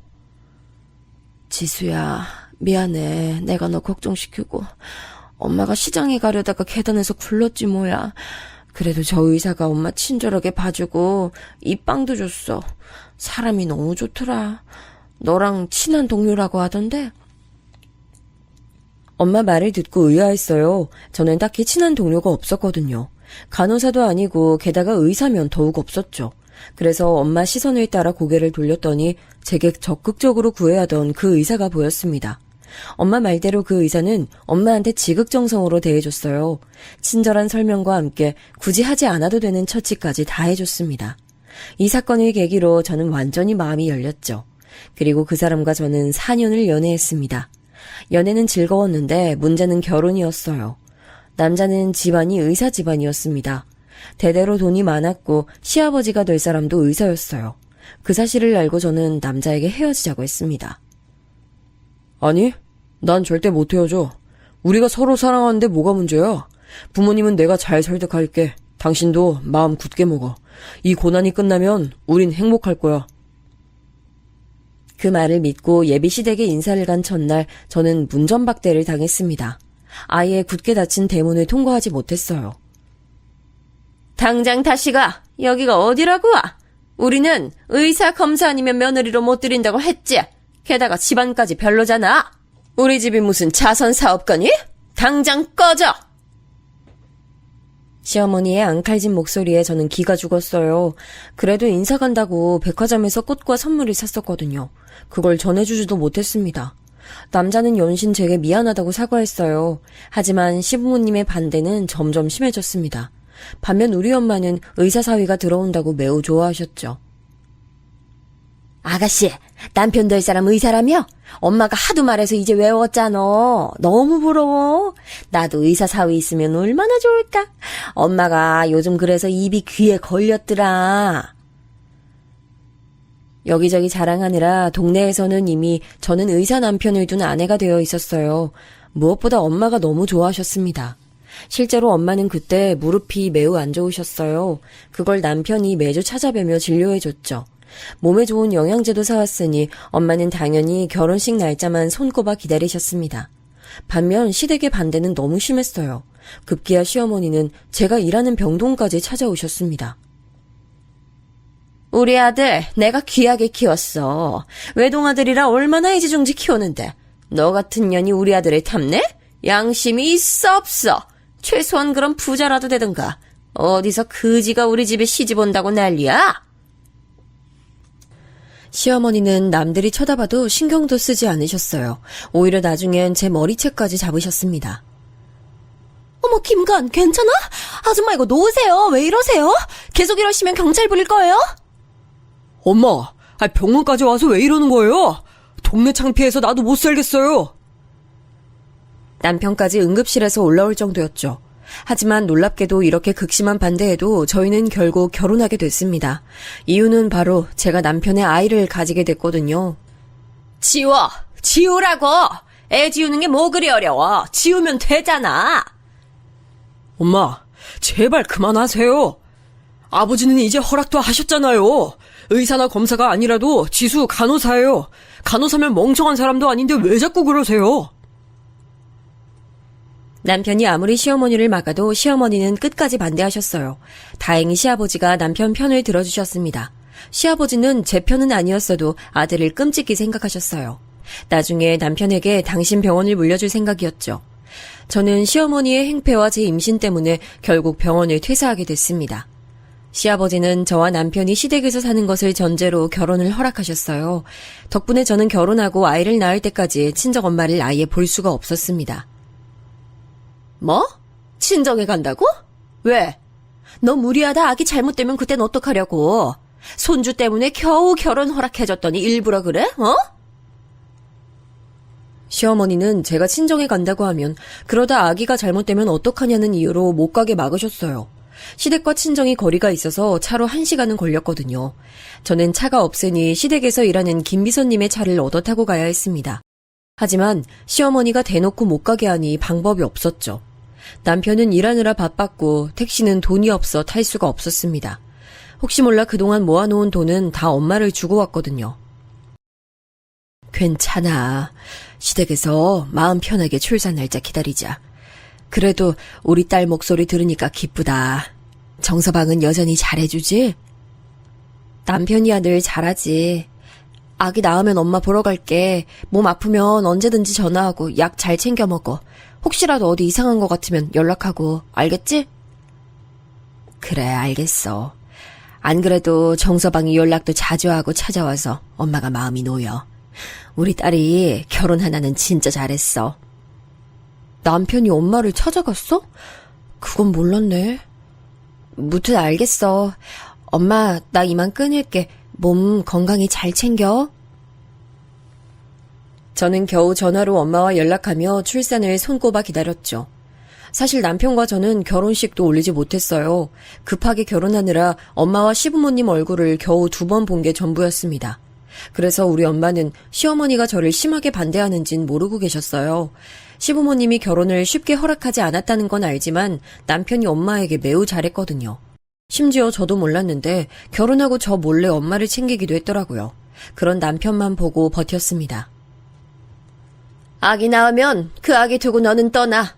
내가 창피해서 결혼식도 못 올렸는데 너 같은 애를 어떻게 내 며느리로 받아? 출산하면 그대로 떠나라. 어머니, 제가 잘할게요. 저 출산하고 다시 취직해서 돈도 벌게요. 그 돈 벌어서 아픈 네 엄마한테 다 가져다 주려고? 내가 그거 모를 줄 알아? 내 아들이 번 돈까지 가져갈 거잖아. 우리 집은 자선사업가가 아니라고 몇 번을 말해. 아기 낳고 번 돈은 어머님도 드릴게요. 제가 진짜 약속해요. 어머님 시키시는 거 제가 다 하고 제사나 명절이나 생신 때도 나서서 챙길게요. 저 너무 미워하지 마세요. 결혼은 현실이야. 집안 대 집안이 엮이는 게 결혼인데 우리 집하고 너희 집하고 엮이면 누가 손해니? 그만하자. 입 아프다. 시어머니는 아기를 낳으면 그 아기를 두고 집을 나가라고 하셨습니다. 시아버지가 손주를 애타게 원하셔서 아기는 꼭 두고 가라고 했죠. 하지만 아기가 소중한 것은 저도 마찬가지였어요. 저는 어릴 때 아버지가 없는 한부모 가정이었잖아요. 그래서 우리 아이는 꼭 부모가 둘 다 있는 온전한 가정에서 자라길 원했습니다. 경제적으로도 정신적으로도 충만한 사랑을 주고 싶었어요. 엄마가 말은 저렇게 해도 막상 아기 나오면 지수 너를 받아들일 거야. 내가 아버지는 설득하는 중이니까 너무 걱정하지 마. 사실 아버지는 이미 널 며느리라고 생각하고 계셔. 그러면 너무 다행이고, 어머님도 시간이 지나면 자연스럽게 나를 받아주시겠지? 난 당신하고 행복한 결혼 생활하고 싶어. 실제로 시아버지는 저를 좋아하진 않으셔도 미워하지도 않으셨어요. 문제는 바로 시어머니였습니다. 아기를 낳자마자 시어머니에게 들은 첫 마디가 아직도 기억이 나요. 너무 생생해서 가끔 꿈에도 나올 정도입니다. 아들 낳아서 대를 이을 생각을 해야지. 딸이 뭐야? 딸이 뭐가 소중해? 너처럼 나중에 남자 꼬셔서 결혼시키는 법이나 알려줘라. 산후조리도 하기 전에 저는 저 말을 듣고 얼마나 울었나 몰라요. 시어머니는 시아버지나 남편이 있으면 저 정도로 막말을 내뱉진 않으세요. 그래서 어느 순간부터 저는 둘이 남게 되면 손을 떨기 시작할 정도로 시어머니가 두려웠습니다. 반면 아기를 낳으니 시아버지는 아들이 아니어도 기뻐하셨어요. 우리 집안에 딸이 귀한데 공주가 찾아왔네. 요즘 여의사도 많다던데 우리 공주도 여자 의사가 되면 볼만하겠어. 며느리 너도 고생했다. 사돈도 병원으로 불러서 공주 보게 해야지. 아버님, 그럼 엄마 불러도 될까요? 안 그래도 엄마가 아기를 너무 보고 싶어 하세요. 시아버지 덕분에 엄마와 눈물의 상봉을 하기도 했습니다. 남편도 아이가 태어나자 매우 기뻐했어요. 워낙 일이 바쁜 사람인데 시간을 일부러 내서 보러 오기도 했죠. 이렇게 시어머니만 아니면 저는 문제가 없었습니다. 하지만 시어머니는 아기를 낳자 저를 더 괴롭히기 시작하셨어요. 제가 본격적으로 시어머니와 틀어진 계기가 하나 있습니다. 바로 미역국 사건이에요. 친정엄마가 제가 아기를 낳았으니 집에서 미역국을 만들어 오셨어요. 일부러 전라도에서 미역을 배송시켜서 푹 끓인 미역국이었죠. 저는 어릴 때부터 엄마가 만들어준 미역국을 매우 좋아했거든요. 그래서 조리원에서 시댁으로 다시 간 뒤에 전화로 엄마에게 미역국을 부탁했습니다. 엄마 미역국이 제일 맛있어. 집에서 일하시는 파출부 아주머니도 음식 솜씨 좋은데 그래도 나는 역시 엄마 음식이 제일 맛있다. 안 그래도 엄마가 미역국 끓였어. 와서 먹고 시댁에도 좀 가져가. 이번엔 내가 먹어도 파는 것보다 맛있더라.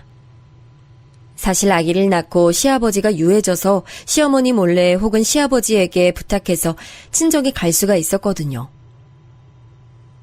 아버님, 저 오늘 엄마가 미역국 끓이셨다 해서 친정에 다녀올게요. 그래, 알겠다. 내가 김미수한테 말할 테니까 차 타고 와. 몇 시에 갈 거야? 일부러 시아버지와 유일하게 얼굴을 볼 수 있는 아침 식사 시간대 얘기를 꺼내곤 했죠. 시어머니는 그럴 때마다 저를 몰래 째려보거나 식탁 밑으로 발을 차기도 했습니다. 하지만 끝까지 모른 척했어요.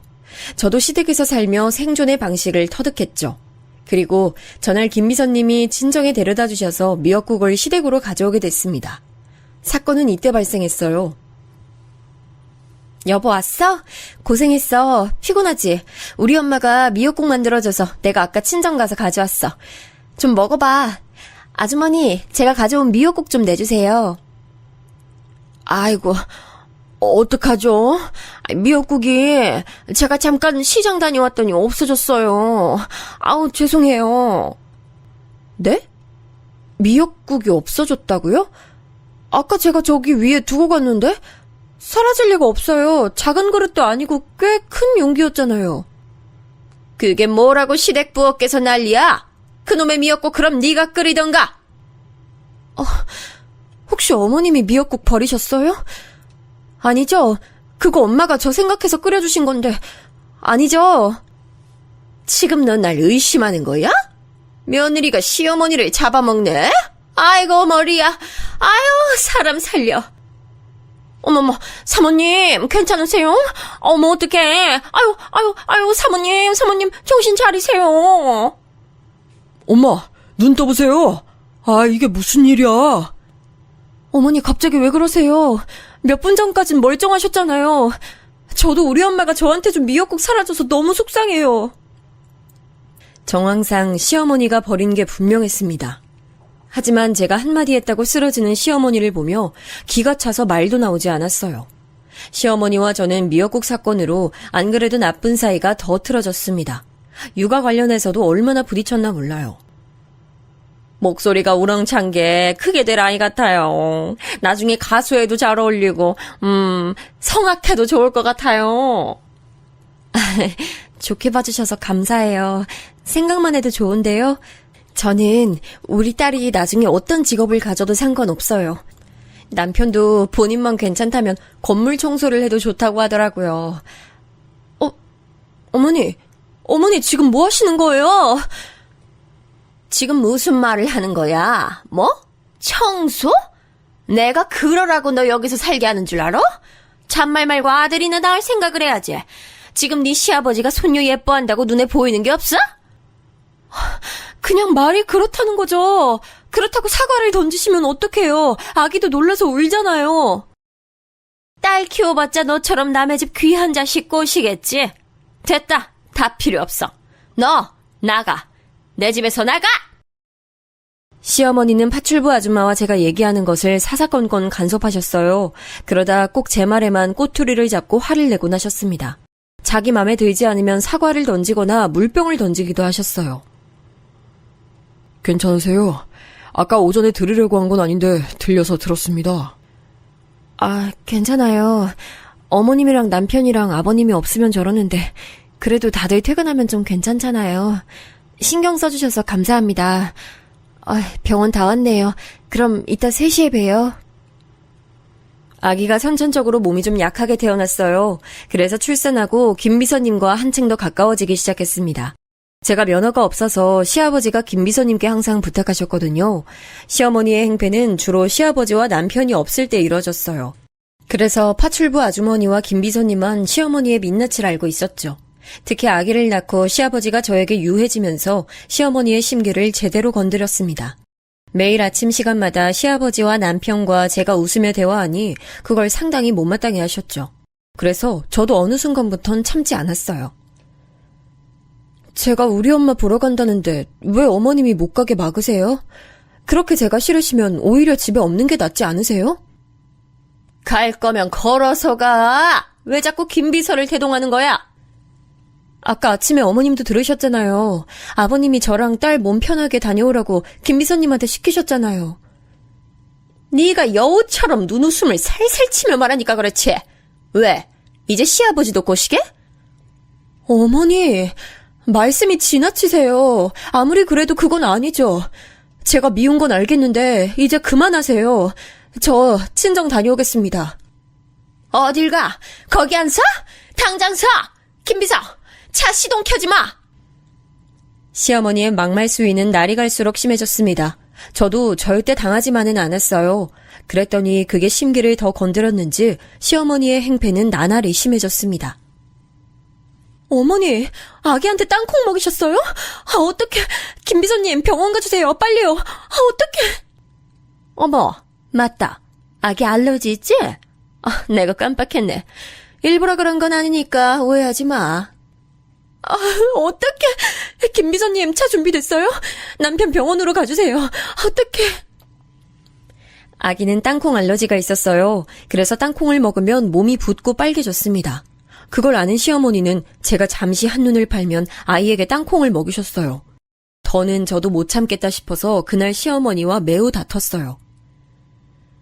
어머님 때문에 우리 아기 잘못되면 어떡하려고요? 도대체 왜 그러세요? 어머님도 이제 저 받아주셨는데 어머님만 그러잖아요. 그냥 다 같이 잘 지내면 되는 거 아닌가요? 우리 아들은 내가 봐둔 검사 여자랑 결혼해야 돼. 그냥 너야말로 곱게 이혼하고 나가면 안 되니? 남편하고 저 사이가 매우 좋아요. 알면서 왜 그러세요? 어머님만 저 받아주시면 되잖아요. 시아버지도 괜찮다고 하시는데 어머님만 지금 그러시는 건데 다른 식구들도 불편해하잖아요. 이제 그만하시고 저랑 겉으로라도 잘 지내봐요. 거지 집안의 간호사 출신은 절대 내 며느리가 될 수 없어. 됐다. 할 말 없다. 시어머니는 또 저와 남편이 사이가 좋은 걸 싫어하셨어요. 원래도 남편에 대한 집착이 컸다고 들었는데 본인 아들을 뺏겼다고 생각하더라고요. 시아버지가 진짜 제가 본 사람 중에 제일 무뚝뚝하거든요. 그런 시아버지가 제가 출산하고 저에게 유해졌으니 더욱 심해졌습니다. 그러다 제 인생에서 큰 사건이 발생했어요. 이 사건이 오늘 제보할 사연의 핵심인데요. 시어머니는 저만 이 집에서 없어지면 될 거라고 혼자 생각했나 봐요. 근데 저는 자발로 나갈 생각이 전혀 없었죠. 시아버지와 남편과 사이도 좋았고요. 어느 순간부터 남편의 반응이 조금 이상해졌어요. 원래 매우 다정하던 사람이 웃음이 사라졌거든요. 여보, 무슨 일 있어? 혹시 일이 많이 힘들어서 그런 거야? 당신 요즘 너무 힘들어 보여서 내가 신경 쓰여. 아니야. 근데 여보, 당신 어제 어디 갔어? 나한테 친정 다녀온다고 하지 않았어? 친정 다녀왔지 왜? 수연이 데리고 김 비서님이 데려다줘서 편하게 왔어. 그렇구나. 알겠어. 나 피곤하다. 그만 우리 자자. 불 끌게. 남편의 저런 모습이 몇 달간 지속됐어요. 매우 이상하다고 생각했죠. 그러던 어느 날 남편이 제게 조용히 말했습니다. 너무 충격적인 소리에 이명이 들릴 정도였어요. 이혼하자. 나 더는 못 참겠어. 당신 나한테 어떻게 그럴 수가 있어? 난 장모님 아픈 거 일부러 몰래 가서 돕고 그랬어. 근데 당신은 나한테 이렇게 배신을 해? 여보, 지금 그게 무슨 소리야? 나 너무 당황스러워. 내가 배신을 했다고? 당신을? 무슨 말이라도 해봐. 이렇게 갑자기 그러면 내가 뭐라고 말해야 돼? 당신 김비서랑 바람난 거 지금 온 식구가 다 알아. 내가 내 입으로 말해야 돼? 이 끔찍한 사실을? 지금 뭐라고 했어? 내가 바람? 뭐 김비서랑? 지금 무슨 소리를 하는 거야? 당신 뭐 잘못 먹었어? 어디서 이상한 소리를 듣고 나한테 그래? 친정 간다고 하면서 왜 김비서랑 근교 카페를 가? 그리고 김비서 옷에서 왜 당신 향수 냄새가 나는 거야? 내가 이런 말까지 해야 돼? 김비서 차에서 당신 옷까지 나왔어. 증거가 한두 개가 아니야. 저는 너무 놀랐어요. 일단 근교 카페는 김 비서가 갑자기 친정에 가던 날 잠깐 저를 데리고 카페에 갔었어요.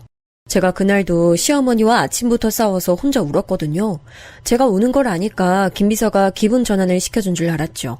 그리고 그 시간이 1시간이 된 것도 아니에요. 겨우 5분 앉아있다 출발했습니다. 이렇게 바람 쐬면 머리도 맑아지고 좋아요. 그쵸? 사모님이 성격이 매우 드세도 어떻게 보면 단순하셔서 버티면 괜찮을 거예요. 그렇게 말씀해 주셔서 감사해요. 저희 그럼 이제 일어날까요? 그래도 저 여기 데려와 주셔서 감사해요. 아닙니다. 앞으로도 기분 전환 필요하면 말씀하세요. 병원 갈 때도 이 길로 오면 카페 올 수 있어요. 김비서 옷에서 나는 향수 냄새와 차에서 발견된 제 옷은 저는 금시초문이었습니다. 김비서와 전혀 접촉해 본 적이 전혀 없거든요. 너무 억울해서 아니라고 말해도 남편은 완강했습니다. 심지어 그 향수 내가 당신한테 결혼기념일 선물로 준 거잖아. 어떻게 나한테 이래? 나는 그것도 모르고 빨리 돈 벌어서 당신하고 수연이 데리고 분가하려고 했어. 이런 나한테 배신을 해? 그렇게 살지 마. 이혼하자. 만약에 내가 김비서랑 바람핀 게 사실이면 이혼할게. 근데 진짜 아니야. 나 억울하고 속상하고 서러워. 내가 시어머니가 괴롭혀도 참고 사는 이유가 뭔데? 당신 때문이잖아. 제발 다시 한 번만 생각해줘. 나는 당신하고 할 말 없어. 그리고 내가 이미 당신하고 말하기 전에 김비서한테 물어봤어. 김비서가 불륜 인정했던데 당신하고 법정까지 가서 싸우기 싫어. 그냥 깔끔하게 이혼하고 수연이는 놔두고 떠나. 그게 무슨 소리야? 김비서가 인정했다고? 뭘 바람을? 내가 김비서랑 불륜 관계를? 나 지금 너무 황당해. 자기야, 진짜 아니야. 결국 저는 엉엉 울었어요. 너무 황당했거든요. 제가 끝까지 아니라고 이혼할 수 없다고 하자 급기야 가족회의가 소집됐습니다. 시아버지, 시어머니, 남편과 저, 그리고 김비서가 한자리에 모였어요. 내가 이럴 줄 알았어. 맨날 김비서 차 타고 둘이 붙어 다니더니 바람을 피워? 제정신이야? 둘 다 내 집에서 나가. 그리고 너, 내가 그럴 줄 알았어. 이래서 내가 가난한 집에 직업도 별로인 여자 들이지 말라 했지? 나도 충격이 크다. 어떻게 둘이 바람을 피워? 나는 며느리 네가 편하게 이동하고 생활하도록 한 거였지. 바람 피라고 김비서를 시킨 게 억울해요. 김비서님, 제발 뭐라고 말이라도 해요. 아니잖아요. 우리 사적으로 전혀 엮인 적 없잖아요. 안 억울하세요? 그만해. 이렇게 사진하고 옷하고 편지가 있는데 지금 뭐 하는 거야? 나도 당신 정말 사랑했어. 사랑했는데 어떻게 이런 결과를 남겨줘? 나 너무 힘들다, 지수야. 그만하자. 나 지쳐. 내가 다 해명했잖아. 사진은 그건 정말 딱 카페에서 5분 있었던 거야. 내가 가자고 한 것도 아니었어. 향수는 나도 모르겠어. 편지도 진짜 내 글씨는 맞아. 하지만 내가 쓴 적은 없어. 정말이야. 제발 믿어줘. 김비서는 이미 인정했는데 넌 왜 그래? 상간녀가 말이 많아. 미쳤어? 어? 양심이 있어 없어? 죄송합니다. 뭐라 드릴 말이 없습니다. 김비서님, 아니잖아요. 왜 그러시는 거예요? 우리 아무 사이 아니잖아요. 김비서는 정말로 시인했어요. 속이 뒤집히는 느낌을 받았습니다. 아닌데 아니라고 하는 제가 이상해졌어요. 편지 사건은 제가 김비서에게 편지를 써줬다는 얘기였어요. 제가 글씨체가 조금 특이한 편이에요. 그래서 그 필체를 남편이 많이 좋아했습니다. 종종 연애 때부터 서로 일부러 편지를 주고받곤 했어요. 근데 김비서의 차에 제가 남편에게 보낸 편지 같은 게 발견됐어요. 아무리 봐도 제 글씨였습니다. 근데 제가 쓴 적은 전혀 없었죠. 너무 억울했는데 김비서는 그걸 제가 썼다고 하더라고요. 우리 수연이는 놓고 나가라. 당장 내일 짐 싸서 니네 친정으로 가. 아버님, 저 진짜 아니에요. 제가 무슨 불륜이에요. 그리고 수연이는 제 전부예요. 저 수연이 두고 못 가요. 저도 절대 물러서지 않았어요. 김비서의 속내를 모르지만 일단 저는 당당했거든요. 게다가 시아버지가 딸을 아꼈다고 했잖아요. 제 전부였던 딸을 두고 가라고 하더라고요. 그럴 수는 없었습니다. 평생 우리 딸을 못 본다니 상상만 해도 고통이었죠. 저는 그래서 절대 이혼 서류에 도장을 찍지 않았어요. 불륜한 년이 감히 내 집에서 자? 당장 꺼져 나가. 어머님도 아시잖아요. 김비서랑 제가 불륜이에요? 아닌 거 누구보다 아시잖아요. 문 열어주세요. 수연아 제발요. 아버님, 여보, 김비서님 제발요. 시어머니는 저를 대문 밖으로 쫓아냈어요. 꺼지라고 지갑과 핸드폰도 바닥에 던지셨죠. 아기를 뺏긴 저는 엉엉 울며 대문을 두드렸습니다. 그래도 굳게 닫힌 문은 열리지 않았어요. 너무 속상해서 대문 앞을 떠날 수가 없었습니다. 다음날 아침이 되어 남편과 시아버지가 출근하러 나왔어요. 저 이혼 못해요. 억울해서라도 못해요. 우리 수연이한테 불륜해서 집 나간 엄마가 될 순 없어요. 끝까지 가자. 그래, 나도 당신하고 이러기 싫었는데 이건 당신이 자초한 거야. 우린 서로 의견을 굽히지 않았습니다. 그리고 결국 그렇게 우리 싸움은 법정까지 갔어요. 하지만 저는 돈이 없잖아요. 믿을 만한 친정도 없었죠. 저한테 있는 건 억울한 마음과 아픈 엄마였어요. 물론 간호사 면허가 있으니 죄취업 걱정은 없었어도 당장 변호사를 선임할 돈은 없었습니다. 결혼하고 일 그만두고 시댁에서 살았으니 수중에 돈이 전혀 없었어요. 반면 시댁은 원래 잘 사는 의사 집안이잖아요. 이름만 들으면 다 아는 아주 유명한 로펌 변호사를 무려 3명이나 선임했더라고요. 살면서 법원에 올 일이 있을까 싶었는데 이런 이유로 올 줄은 몰랐습니다. 현실이 믿기지 않았어요. 만약 제가 정말로 김비서에게 사심이 조금이라도 있었다면 억울하진 않았을 거예요. 그런데 그것도 아니니까 억울함에 밥도 제대로 먹을 수 없었습니다. 잠도 못 자고 종일 우느라 시간을 보냈어요. 살도 무려 10kg가 빠져서 해골 같은 모습이었죠. 그렇게 법원에서 서로 잘잘못을 따지기 시작했습니다. 저는 정말 모르는 내용이에요. 몇 번을 말했는지 몰라요. 카페를 간 건 맞지만 거기서 아무 일도 일어나지 않았어요. 향수와 편지 그리고 옷은 모르는 내용이라 할 말이 없습니다. 전부 다 사실입니다. 사모님과 사장님께 뭐라 드릴 말이 없어요. 죄송합니다. 죄송하단 말밖에 할 말이 없습니다. 김비서님, 진짜 왜 그러세요? 아니잖아요. 억울하지도 않으세요? 저 우리 집안 망친년이 조용히 안 해? 자, 다들 진정하세요. 그럼 증인 앞으로 나오세요. 너무 억울했습니다. 법정 안에서 제 편은 아무도 없었어요. 엄마가 몸이 안 좋다고 했잖아요. 엄마가 쓰러질까봐 저는 부르지도 않았습니다. 시아버지 품에 있는 제 딸을 보니 눈물이 자꾸 났어요. 시댁 측에선 파출부 아줌마를 증인으로 불렀더라고요. 이미 김비서의 태도를 보고 저는 대충 눈치를 채고 있었습니다. 아마 돈으로 뒷거래한 것 같았어요. 김비서가 예전에 자기가 빚이 많다고 했었거든요. 저를 집에서 내쫓으려고 김비서에게 돈을 주고 거래했겠죠. 파출부 아줌마를 보고 그 생각이 들었습니다. 그래서 반은 체념한 상태였어요. 아줌마는 저와 눈도 마주치지 않았습니다. 그 모습을 보고 눈물만 흘리고 있었는데 바로 그때였어요. 완전히 판도가 바뀌어버리는 상태가 발생했습니다. 증인, 말씀하세요. 집에서도 김비서와 며느리가 애정행각을 했다고 하던데 맞나요? 아니요. 아닙니다. 예? 아줌마, 지금 뭐 하는 거야? 똑바로 말해야지. 아니라니? 아유, 저 이거 못하겠어요. 사모님 아니잖아요. 양심에 찔려서 도저히 저는 거짓 증언 못하겠어요. 전부 사실이 아니에요. 증인, 제대로 대답하세요. 증거도 많고 증언도 많습니다. 왜 이러세요? 지금 장난하세요? 똑바로 말해요. 다들 진정하세요. 증인, 계속 말하세요. 사모님은 그냥 미친 사람이에요. 이 불륜 다 사모님이 뒤에서 조작한 거라고요. 사장님하고 작은 사장님은 아무것도 몰라요. 사모님이 김비서한테 뒷돈 어마어마하게 주고 만들어낸 거짓 사건이에요. 아휴, 이게 무슨 말이야? 아니, 난 모르는 말이야. 조용히 안 해? 나가! 당장 나가! 저는 이게 무슨 상황인지 몰랐어요. 저만 당황한 게 아니고 거기 안에 있는 모든 사람이 저와 같은 표정이었습니다. 남편과 시아버지의 표정도 놀랐어요. 김비서는 입술만 꾹 다물고 눈을 깔고 있었습니다. 시어머니는 난동을 피우기 시작했죠. 급기야 도저히 진정이 제대로 되지 않아 밖으로 쫓겨나기까지 했어요. 시어머니가 쫓겨나고 장내에는 침묵이 찾아왔습니다. 그리고 파출부 아줌마의 양심 고백이 시작됐어요.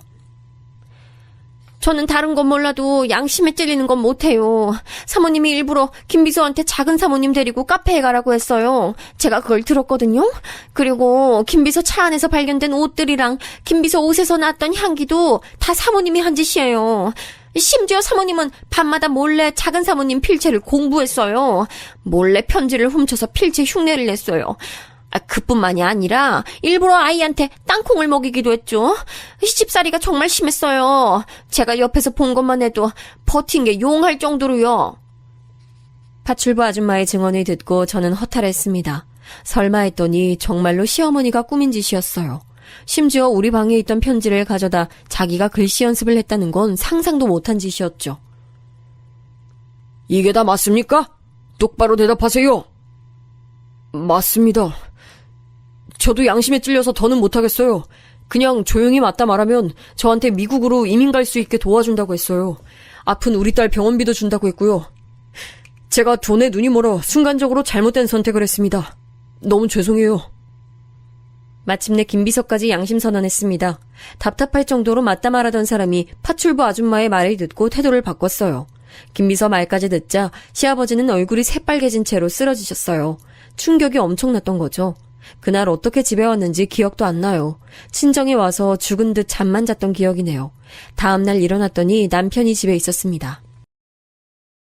지수야, 내가 다 미안하다. 난 너를 너무 사랑해. 너무 사랑해서 네가 나를 배신했다는 걸 믿을 수가 없었어. 이게 다 어머니가 조작한 거라니 난 정말 몰랐어. 아버지도 깨어나셨는데 어머니 얼굴도 보기 싫다고 하셔. 다른 사람은 몰라도 당신은 나를 믿었어야지. 내가 당신 두고 바람 피울 리가 없잖아. 그것도 미쳤다고 당신 집안 사람하고? 맞아, 내가 잘못했어. 아버지도 너한테 너무 미안하대. 오히려 아버지가 지금 어머니와 이혼하려고 준비 중이야. 우리도 어머니가 저렇게 너한테 그럴 줄은 몰랐어. 미안하다. 남편은 무릎 꿇고 울기 시작했어요. 그런 남편을 보니 미우면서도 안쓰러운 마음이 들었습니다. 남편이 우리 엄마한테 매우 잘했다고 했잖아요. 그래서 항상 고마웠거든요. 그날도 장모님 드시라고 손수 백화점에서 한우를 사왔죠. 그런 모습을 보니 마음이 약해졌습니다. 남편을 따라 시댁에 갔더니 시아버지가 저를 기다리고 계셨어요. 아가, 미안하다. 나는 내 집사람이 그렇게 널 미워하고 있을 줄은 몰랐어. 그동안 내색도 안 하고 혼자 어떻게 버텼니? 내가 그것만 생각하면 가슴이 아파. 아버님은 워낙 저한테 잘해주시니까 괜찮았어요. 시어머니가 절 미워하는 건 당연히 알고 있었는데 저도 이렇게 불륜을 조작할 줄은 몰랐죠. 나는 내가 저런 사람하고 살았다니 소름이 끼쳐. 앞으로 내 집에 저 여자가 들어올 일은 없을 거야. 걱정 말고 넌 마음 편하게 지내도록 해. 내가 다 미안하다. 평생 사죄하며 살게. 실제로 시아버지는 바로 이혼했습니다. 시어머니는 끝까지 자기 잘못 아니라고 우겼어요. 하지만 파출부 아줌마와 김비서의 양심선언 덕분에 그동안 당했던 걸 다 말했습니다. 세상이 까발리니 마음이 얼마나 편했는지 몰라요. 지수야, 우리 독립하면 장모님 모시고 살자. 그동안 우리 집에서 네가 고생 많았어. 그래? 엄마가 좋아하시겠다. 우리 앞으로 잘 살자. 그리고 나도 다시 취업해서 일하고 싶어. 너 하고 싶은 거 다 하며 살아. 수연이도 이제 어느 정도 컸으니까 걱정하지 말고. 그렇게 저는 시댁을 나와 남편과 엄마와 같이 살게 됐습니다. 그리고 바로 119에서 지금은 간호사로 일하고 있어요. 확실히 집에만 있다가 사회생활하니 마음이 상쾌해요. 가끔 시댁에 들려 시아버지를 뵙고 오기도 하죠. 아이고 작은 사모님 이게 다 뭐예요. 아유 너무 감사해요. 저는 그냥 양심에 맡긴 건데 아유 감사합니다. 고맙게 먹을게요. 제 인생을 구해주신 분인데요. 받아주셔서 감사해요. 아주머니 아니었으면 저는 고통받으면서 살고 있을 거예요. 아니 살 수도 없겠죠. 그동안 사모님 시집살이 당하느라 고생 많았어요. 제가 옆에서 보면서 얼마나 마음 아팠나 몰라요. 우리 딸 같아서. 저 몰래 챙겨주신 거 다 알아요. 진짜 제가 평생 갚으며 살게요. 아주머니에게도 그 이후로 꾸준히 보답하고 있습니다. 저와 제 가족을 살린 은은이잖아요. 김비서는 조용히 우리 곁을 떠났어요. 남편에게 물어보니 자기가 알아서 사라졌다고 하더라고요. 사실 김비서에게 나쁜 감정은 별로 없습니다. 그냥 시어머니가 제 인생에서 사라진 것만으로도 저는 매우 만족하고 있어요. 시아버지도 이 사건 이후로 저에게 매우 잘해주세요. 힘들면 본인 병원에서 일하라고 하시더라고요. 아이도 이제 더는 병원에 가지 않아도 될 정도로 몸이 많이 좋아졌습니다. 시어머니도 재판 끝에 결국 이혼해서 집에서 쫓겨나게 됐어요. 내가 저주할 거야. 끝까지 저주할 거야. 얼마나 잘 사나 보자고. 너희 각오해. 시어머니는 마지막에 얼굴을 봤을 때 끝까지 저런 태도를 보였어요. 남편과 시아버지는 질릴 대로 질려서 아예 무시하더라고요. 저도 대꾸할 가치를 못 느껴서 그대로 무시하고 집으로 들어왔죠. 그래서 요즘은 아무 걱정 없어요. 남편과 사이는 오히려 예전보다 좋고 친정엄마와 같이 사니 엄마도 너무 좋아하세요. 고생 끝에 낙이 온다고 하죠. 비 온 뒤에 땅이 굳는다는 말이 무슨 말인지 이제야 알 것 같아요.